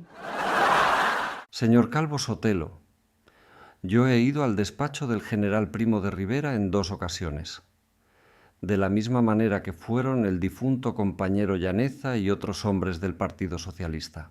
Fuentes Pila pronuncia palabras que no se perciben. ¿Me quiere dejar el señor Fuentes Pila exponer, con la torpeza que yo hablo siempre, lo que tengo que decir? El señor Fuentes Pila interrumpe. Ruego a su señoría que aplaque los nervios, y si no, me veré obligado a imponerle un correctivo reglamentario. Muy bien. Orden, orden. Fuimos allí, como hemos ido a los despachos de otros ministros, en situaciones políticas liberales o conservadoras, a recabar lo que estimábamos en derecho, pero no a realizar una colaboración, palabra de cuyo significado su señoría debe saber más que yo. Perdone su señoría, y es la última interrupción. El señor Llaneza conversaba con el señor presidente del Consejo de Ministros en mi presencia sobre proyectos de decreto ley relativos a algunas minas. El compañero Llaneza, a quien me he honrado en conocer profundamente, así como su elevación moral, su honradez en la conducta y su integridad en la acción política, era absolutamente incapaz, como lo son todos los hombres del Partido Socialista, de ir a prestar una colaboración en el sentido que su señoría lo expresa, porque si su señoría no pusiese una cantidad de veneno en esa afirmación, su señoría no la traería al Parlamento. Y ha habido también otra afirmación, muy reiterada aquí, hecha desde esos bancos, ocupándolos su señoría y ocupándolos otros hombres, en forma de apóstrofe, no con razonamientos para justificar una determinada argumentación, sino, repito, en forma de apóstrofe. Se nos han dirigido palabras que eran una condenación, o querían ser una condenación, por haber ocupado nuestro camarada Largo Caballero un cargo en el Consejo de Estado. Y eso, señor Gil Robles y señor Calvo Sotelo, no ha sido colaboración en la forma que sus señorías lo han expresado aquí, o han querido expresarlo. El compañero Largo Caballero ha ido al Consejo de Estado, incluso contra el criterio de algunos camaradas nuestros, pero ha ido, como a todas partes, de una manera digna, no aceptando un nombramiento del gobierno, ni a título de colaboración, sino consecuente con los principios mantenidos por nuestra organización, de penetrar en todos los organismos del Estado, de la provincia y del municipio, en representación exclusiva, por resolución firme y clara de la Unión General de Trabajadores de España. Ni le debía nada a Primo de Rivera, ni jamás se hubiera prestado a hacer algo que hubiera significado agradecimiento ni colaboración con la dictadura. Fue creado el cargo a medida. Por Real Decreto. ¿Y si era preceptivo el Real Decreto? Todo lo que quiera el señor Gil Robles, pero la realidad es la que se ha expresado en otras ocasiones iguales, hablando de este asunto, y la que expreso yo con más modestia en el presente momento. El señor Gil Robles, en actitud gallarda, decía, le coreaban sus compañeros de minoría, que está deseando que se examine aquí el problema de las responsabilidades, en razón de los actos realizados por los hombres que ocuparon el gobierno y por los que fuera del gobierno colaboraban con él. Pues bien, señor Gil Robles, a desear que aquí se entable debate y se exponga cuanto haya que exponer, que es mucho, sobre el movimiento revolucionario de España, especialmente de Asturias, que sus señorías ahogaron en sangre con una crueldad desconocida totalmente en nuestro país.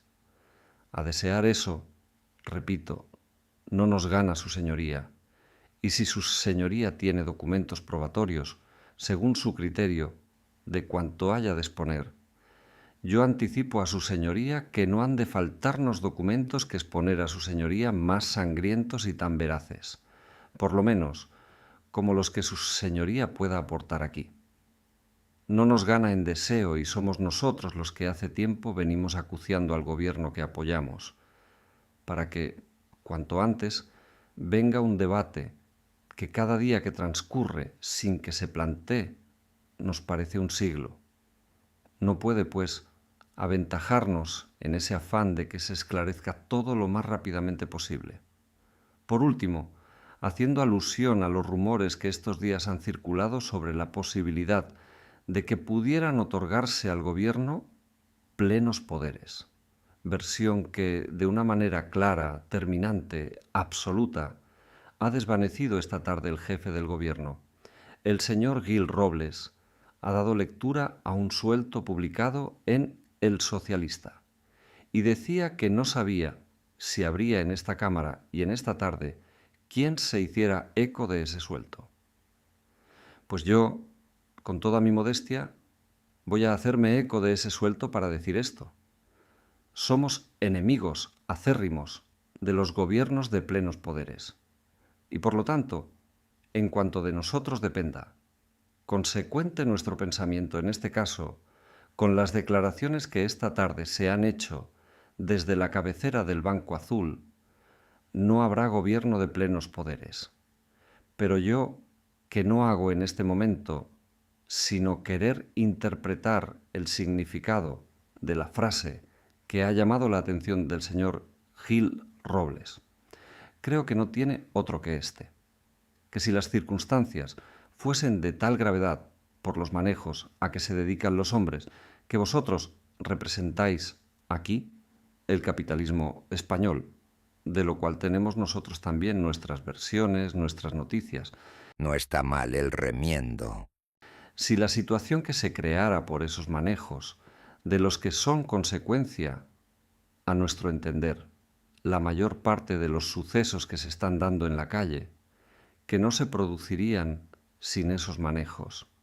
Si esos hechos se produjeran, el socialista dice, y creo que dice con razón, que si esas circunstancias se dieran y fueran de tal gravedad, entiéndalo bien el señor Gil Robles, de tal gravedad que representaran un serio peligro, por cierta clase de amenazas, antes de dar pie, de dar margen, de dar facilidades para que triunfarais en vuestros propósitos.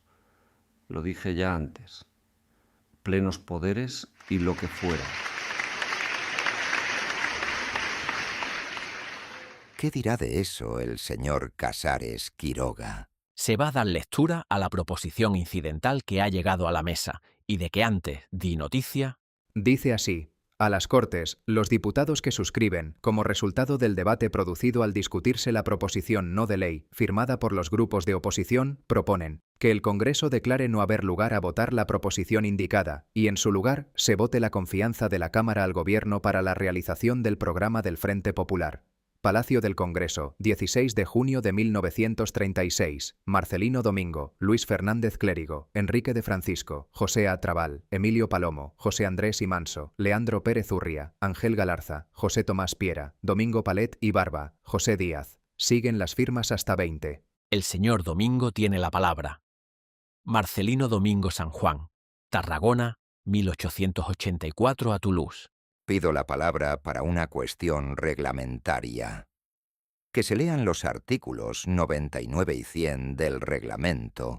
Un señor secretario procederá a la lectura de dichos artículos. Dicen así: artículo 99. Los diputados podrán presentar proposiciones que no sean de ley, encaminadas a una de estas tres finalidades. A. Que se resuelva no haber lugar a deliberar. B. Que se dé cierta tramitación a un asunto o incidencia. Y C. Que el Gobierno o la Cámara formule declaración sobre una materia. Me basta.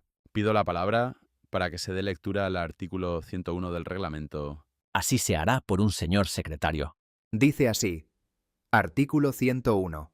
La proposición incidental podrá surgir en el curso de cualquier debate. Habrá de tener relación directa con el asunto que se discuta y no podrá perseguir otro propósito que entonces. Me basta. 2 palabras sobre la cuestión reglamentaria. He pedido la lectura del artículo 99 para que quede bien de manifiesto el procedimiento anómalo que va a poner en práctica la mayoría. Aunque el señor Galarza, siempre tan propicio a cuestiones reglamentarias, pretenda que esto sea una proposición incidental, en rigor se trata de una proposición de no ha lugar a deliberar, un poco disfrazada. Lo que ocurre es que os ha parecido un poco anómalo que al cabo de 6 horas de estar discutiendo fuerais a decir que no había lugar a deliberar y la habéis sustituido con esa fórmula más peregrina de no ha lugar a votar. No tengo interés más que en poner de manifiesto esta anomalía. Por lo demás, podéis votar la confianza. Sobre todo, los grupos republicanos de la mayoría van a marchar completamente satisfechos. En sus circunscripciones se contarán a partir del día próximo. El señor Gil Robles y los señores que ocupan los escaños próximos abandonan el salón. Tiene la palabra el señor Galarza.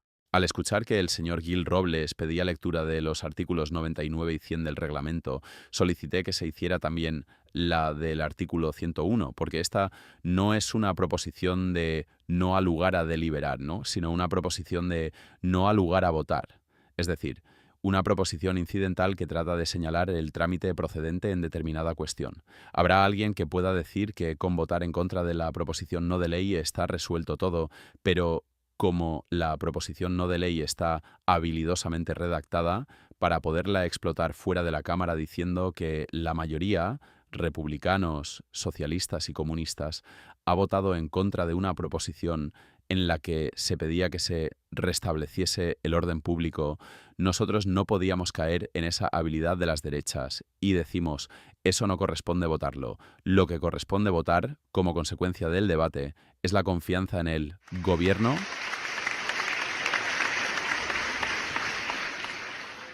La interpretación que ha dado la mesa a la proposición suscrita por el señor Domingo se acomoda perfectamente a las manifestaciones del señor Galarza. y no cree que se haya excedido en la interpretación del reglamento, poniéndola a discusión con preferencia a la proposición antes discutida. El señor Domingo tiene la palabra. Señores diputados, con motivo del problema del orden público, se ha promovido un debate al que todos hemos asistido. Por algunos de los discursos pronunciados en el debate precisamente por quienes lo han promovido y últimamente por la actitud que acaban de adoptar, cabe pensar que, sin duda, no contribuirán en lo más mínimo al restablecimiento del orden público en España, en aquellas zonas donde el orden público esté alterado. No hay duda alguna sobre que, si en el problema de orden público hay un sector que tenga interés fundamental en mantenerlo y defenderlo, este sector es el gobierno y la fuerza que asiste parlamentariamente al gobierno, en todo momento, en toda ocasión, pero principalmente en aquel momento y en aquella situación en que el gobierno y la fuerza política que le sostiene tienen un compromiso solemne ante el país, que es el de cumplir una obra fundamental para el desenvolvimiento de la historia política de su patria. Si no bastara este convencimiento para fundamentar esta posición, en el debate de esta tarde se habría advertido con toda claridad este hecho: que había interés por conservar el orden público en aquellas fuerzas políticas que no han promovido este debate. Muy bien. Y que había interés, basándose en el problema del orden público, en continuar la perturbación del orden público, en quienes han promovido el debate. No puede hacerse, y voy a ser muy breve en mi intervención, un compartimiento estanco en la política de un país por la actuación de cada gobierno. E1. Gobierno de hoy hereda el problema moral que deja pendiente el gobierno de ayer, y cada gobierno es heredero, en poco o en mucho, de la situación que deja el gobierno anterior. En el debate promovido se ha querido dar a entender, en síntesis, por quienes lo promovieron, que en España la democracia primero, la república después y, en definitiva, dentro de la república, los gobiernos de izquierda estaban incapacitados para la conservación y garantía del orden público, y se atenían, para justificar esta actitud, a la situación presente de la realidad española. Por fortuna o por desventura, pueden establecerse comparaciones, no remotas, sino inmediatas, para señalar cómo la situación actual de orden público es una herencia de otro régimen, de otras situaciones políticas y de otros gobiernos. Yo no quiero calibrar la anormalidad y la gravedad del momento presente, pero digo que era más grave la situación de España durante la monarquía en 1909, cuando en una sola ciudad, Barcelona, ardía casi todo. Entonces gobernaba a España la monarquía, y dentro de la monarquía, una fuerza conservadora. Más grave era la situación en 1917, cuando, por la actitud del régimen, hubo de convocarse una asamblea de parlamentarios en Barcelona, y siguió a la asamblea de parlamentarios un movimiento revolucionario de gran volumen. Más grave fue la situación producida en 1921 como consecuencia de una descomposición de los organismos del Estado a que no se ha llegado en ningún momento en la República, situación de descomposición que determinó la catástrofe de Anual. Mucho más grave en 1923, cuando hubo necesidad de producir una sublevación militar, porque, agotados todos los partidos del régimen, fue necesario acudir a un general insurrecto para salvar, con una situación de fuerza, la monarquía. ¿Quiere ofrecerse la monarquía como un régimen de superioridad en la conservación del orden público en parangón con la República? Pues ahí quedan todos esos hechos para evidenciar, primero, la herencia, segundo, la inferioridad. Pero después viene la dictadura, porque la dictadura la ha vivido España. Dictadura fuerte, dictadura absoluta. Y en la dictadura se produjo un hecho, no citaré otros, un hecho, el de la sublevación de las fuerzas en Ciudad Real, como no ha conocido otro la República. Dentro de este hecho tiene que señalarse, paralelamente, otro, y es el de la actitud que hubo de adoptar el poder público con una fracción del ejército por su actitud insurrecta frente a la dictadura. ¿Puede compararse esta situación de hoy con aquella situación de la dictadura? Pues, monarquía y dictadura ofrecen esta realidad, una herencia de trastorno moral, de perturbación política, de desorden público, que se traslada a la República y que se le deja a la República como herencia, y en ensayo de otros regímenes que hoy se nos ofrecen como solución, situaciones de desorden público más graves que la situación de desorden público que en un momento revolucionario que no se ha de olvidar tiene la República.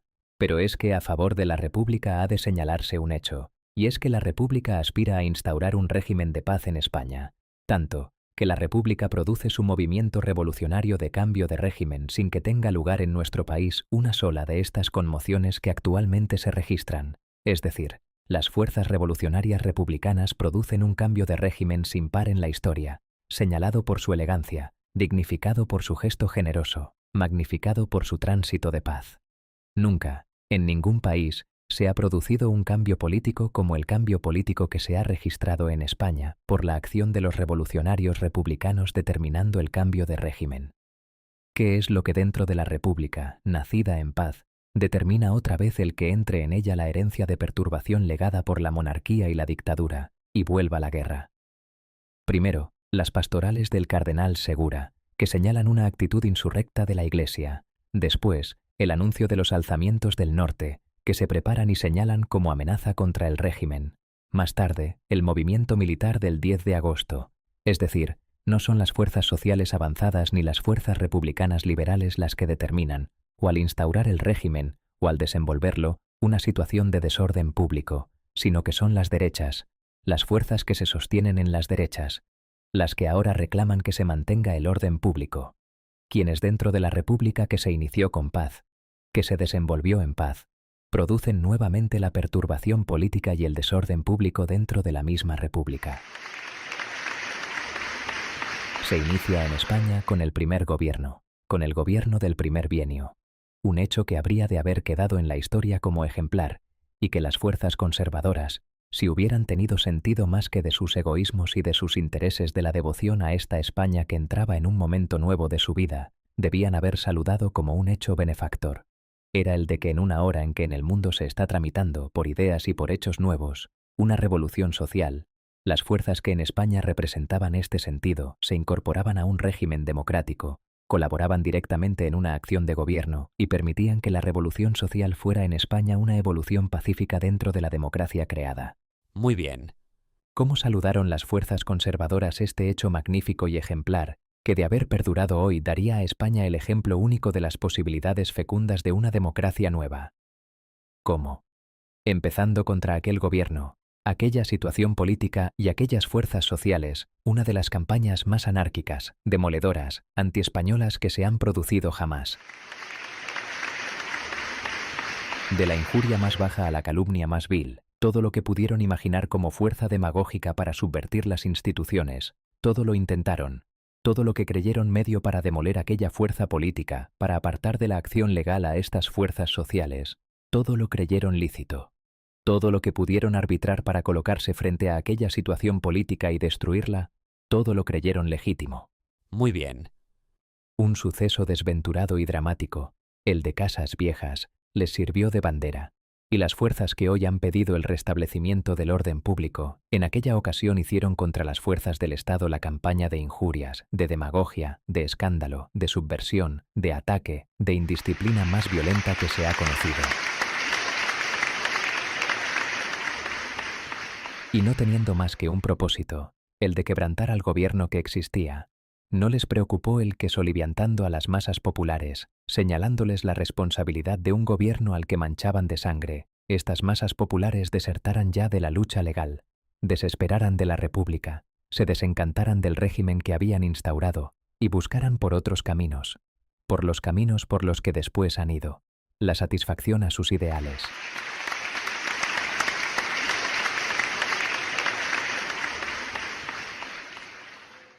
Cayó aquel gobierno, cayó aquella situación política, cada fuerza de las que habían integrado aquella instauración pacífica de la República andaban ya por su camino. ¿Qué se hizo durante el tiempo en que esos hombres gobernaron? Lo ha dicho con palabra emocionante, que ha llegado al alma de todos, la pasionaria. ¿Qué han hecho? Esos hombres, si lealmente hubieran estado dentro de la República, primero la habrían honrado con su conducta política, porque debían de haber pensado que una república tiene una primera característica, la honradez, y cuando la honradez le falta, deja de serlo. Pasaron por el poder desertando primeramente de esta calidad política, la de la honradez, y por tener unos votos que les permitieran reprimir desde el gobierno lo que querían ahogar, no dudaron en sostener en el gobierno a quienes, de una manera decidida, y siendo cómplices ellos de los otros, permitieron que realizaran actos que si aquellos hombres hubieran sido la República hubiera quedado deshonrada.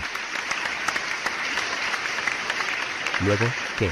Su misión, si ellos hubieran sentido fervorosamente su adhesión a la República, habría de haber sido esta, el pensar que un día a las derechas sucederían las izquierdas. En un pueblo como el nuestro, de poca educación política, porque no se la han dado, más fácil a moverse por reacciones que a permanecer en su puesto por convicción, en un pueblo dispuesto, por corrientes sentimentales a lanzarse mañana rápidamente a las posiciones más opuestas a las que hoy tiene, hubieran tenido que pensar que a un gobierno de derechas sucedería un día un gobierno de izquierdas. ¿Cuál habría de haber sido su misión, si efectivamente ellos hubieran sentido lealtad por la República, devoción a ella, incorporación legítima y cordial a las nuevas instituciones? Pues su misión habría de haber sido esta: hacer insensible el tránsito, hacer que de una situación de derechas se pasara a una situación de izquierda sin catástrofe, sin espíritu de guerra civil, sin afán de venganza, sin que el hecho de ser vencido o vencedor representara dos posiciones en guerra. ¿Hicieron esto? Hicieron lo contrario. En las masas populares, por el hambre o por la persecución, desencadenaron todos los afanes de represalia que hoy son los que aparecen como impulsos incontenibles en muchos de los hechos que se producen en las calles, y no pensando que un día unos hombres de izquierda podrían ser los que en nombre de estos partidos gobernaran, se lanzaron a la difamación más escandalosa y a estos hombres políticos. A unos los encarcelaron sin respetar su prestigio, hundiéndolos en un buque, infamándoles con todas las acusaciones. A otros les lanzaron encima todos los vilipendios, los disminuyeron en su autoridad, en su crédito público, en su representación política, en su popularidad.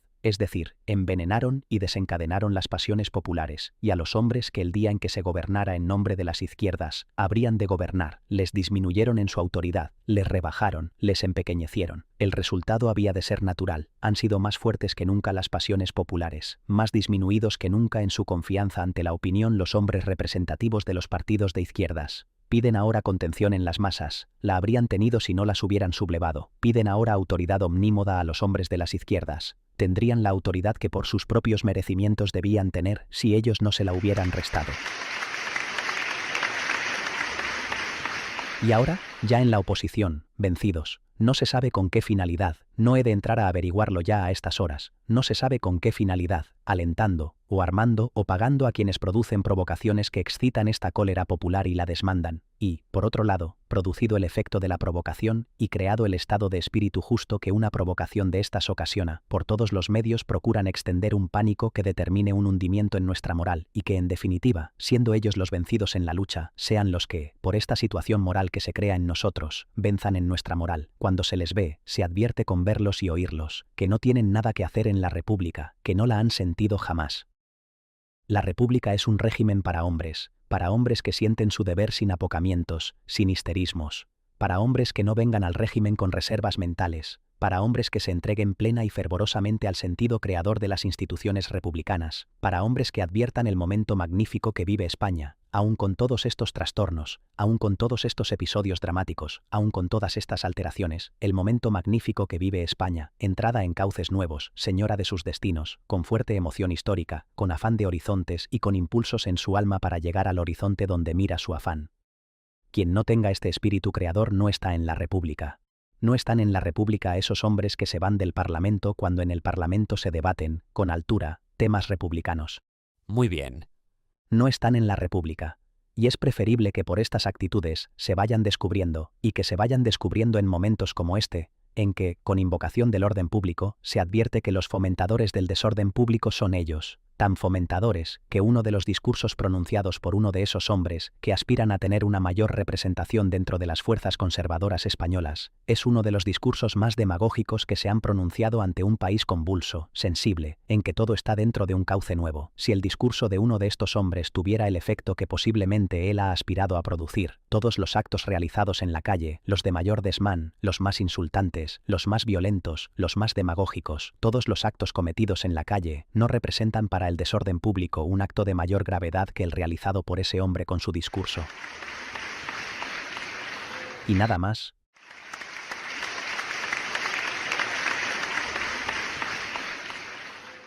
Nosotros no aspiramos a un régimen de plenos poderes. No aspiramos a él porque las circunstancias no lo demandan, porque no lo permite la esencia del régimen implantado y porque, en definitiva, nosotros somos hombres formados dentro de disciplinas morales y civiles, a las que queremos servir con lealtad.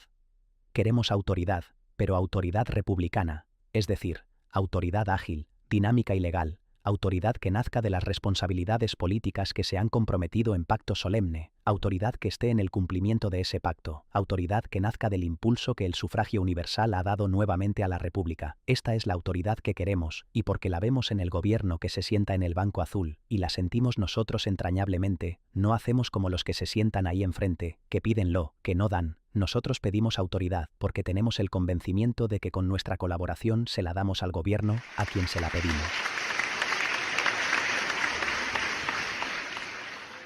¿Aprueba la Cámara la proposición incidental defendida por don Marcelino Domingo? Votación nominal. Será nominal.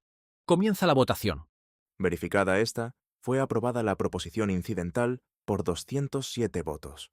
La Cámara contaba con 473 diputados, pero bastó para su aprobación con la mayoría simple de los diputados presentes en la sesión, es decir, los votos a favor superaron a los votos en contra. Posteriormente a la votación, y tras abordar diversos asuntos, el señor presidente levanta la sesión. Eran las 12:10 de la noche.